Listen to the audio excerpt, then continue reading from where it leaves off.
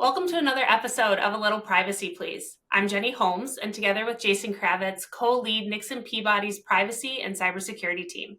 Today, I'm really excited to have two guests who I regularly work with in the real world. Tony Martino from Anjolen Cybersecurity and Rolin, Peets from Harbor IT. The three of us work together to investigate, mitigate, and remediate cybersecurity and data breaches. We each bring a different expertise to clients to help them respond to these incidents. Since we most often work together during a data breach, I thought we should start by just discussing our different roles. I think it can often be confusing to know who the different players are in a breach, why everyone's needed. So Bud, we'll start with you. How do you and Harbor IT factor in? We'll just use our last big one that we worked on because it was really all encompassing. Harbor IT came in. We got a call that one of our brand new customers was in trouble, a potential incident. Harbor IT helps contain, identify, and do some initial investigation regarding what was going on with the threat actor in that particular incident. So that was the IT side. Separate from that is the Harbor IT Cyber, and I lead that practice. And I stood in from a cybersecurity and data privacy perspective. I'm certified in both, and just try to straddle that fence and quickly realize that we had some issues that were going to lead to probably some type of reporting, and we didn't really know what was going on in the customer's tenant for sure, and we needed expertise, like forensics expertise, and that's where we all came together. Tony and Anjolen and that great team. And Jenny, Nixon Peabody was great too. So we pulled those pieces together, and that's how we partner on these things. We are quick to move, like, this is significant. Let's get the right people, and we'll facilitate the response and remediation. And Great. And Tony, your turn. How do you factor in? So Anjolen comes to the table in these types of incidents very much on a cybersecurity incident response basis. Our skill set is rooted in cybersecurity assessments, penetration tests, risk assessments, vulnerability assessments, and we bring, in addition to those services, we bring a whole suite of incident response capabilities to the client. Most specifically, as Bud mentioned, digital forensics. It's our ability to look at the evidence and the artifacts that are left over after an incident has occurred, help our client, mutually our client, understand how did the threat actor gain access, compromise, breach, etc. How can we then collectively assist them in plugging those holes and mitigating those gaps? And then lastly, using those skills, especially digital forensic skills, to help that customer recover where possible, get data that was lost back, and put their entire operation back on the tracks. Tony and Rolin, you guys have seen hundreds, if not thousands, of data breaches and been involved in them. But if you had to, if you could only give sort of one piece of advice to a company or an organization looking to avoid being the next victim of a data breach, what would be that sort of one best practice that you would highlight above all others? The one thing is protecting your data. Cybersecurity is so holistic. There are so many things to pay attention to. Physical security and data security on the external, the internal, et cetera.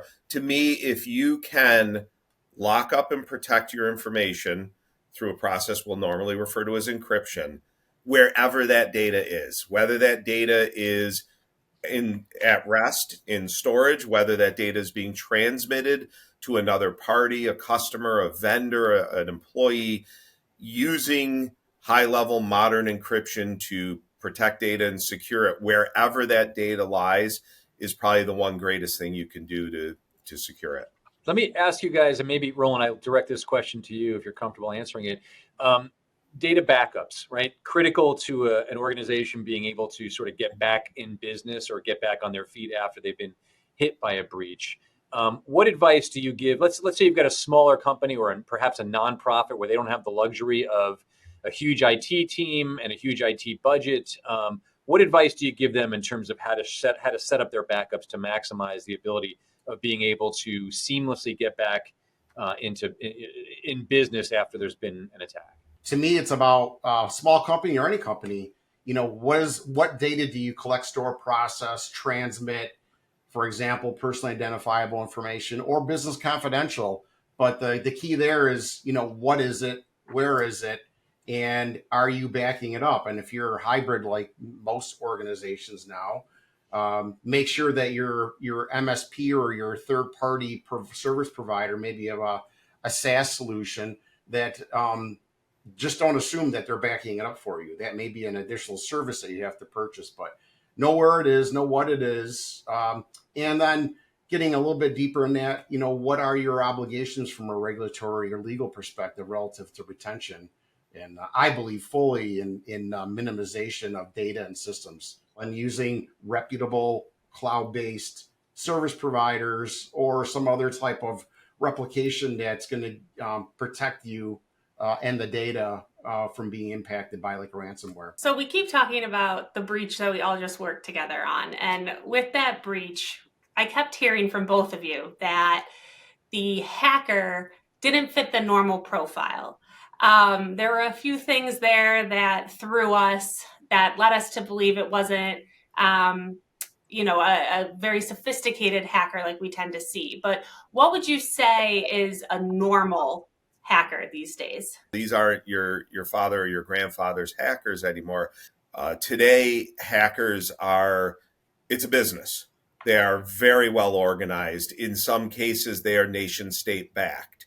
So you're talking about an entire country training, funding, and equipping a team of hackers the same way you would train, fund, and equip a military group.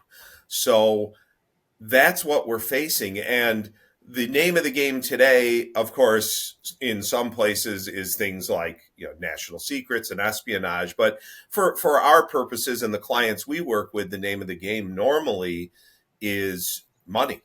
And these are very, very efficient operations of highly skilled people who are operating like any large corporation you deal with. They have policies and procedures, and they have training programs and certifications, and it's not as simple as just trying to shake off a 15-year-old who has a thing for your business and just keeps poking at you because they either don't like you or they saw your sign driving down the street or whatever.